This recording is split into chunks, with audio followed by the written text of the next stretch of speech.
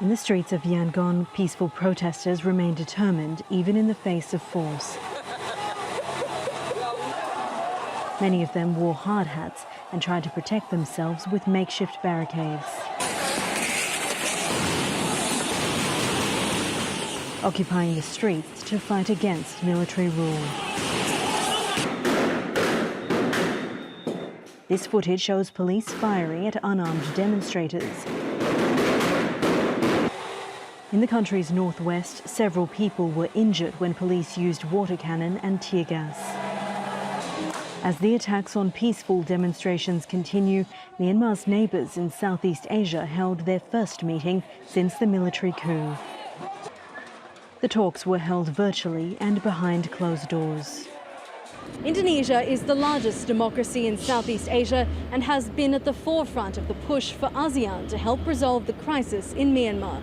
Indonesia's foreign minister acknowledges that while non-interference is enshrined in the ASEAN Charter, so too is a commitment to peace, stability and good governance.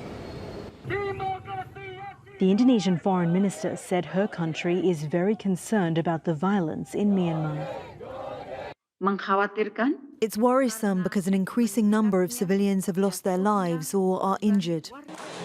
Singapore's Prime Minister joined those calling for the release of Myanmar's democratically elected leaders. To arrest Daw Aung San Suu Kyi as well as her ministers and the president and charge them with walkie-talkie offences and things like that, I don't think that's going to help solve the problem. Malaysia's foreign ministry said the resolution to what it called a political deadlock must be a domestic-led process. Experts say ASEAN must come up with a plan rather than reflecting on whether it should or should not be part of the solution. ASEAN vision or ASEAN plan or ASEAN expectation must, in the center of it all, I believe, place the democratic wish and will of the people of Myanmar must be at the forefront. While ASEAN member states try to decide what they can do to resolve this crisis, a battle with higher stakes is playing out on the streets.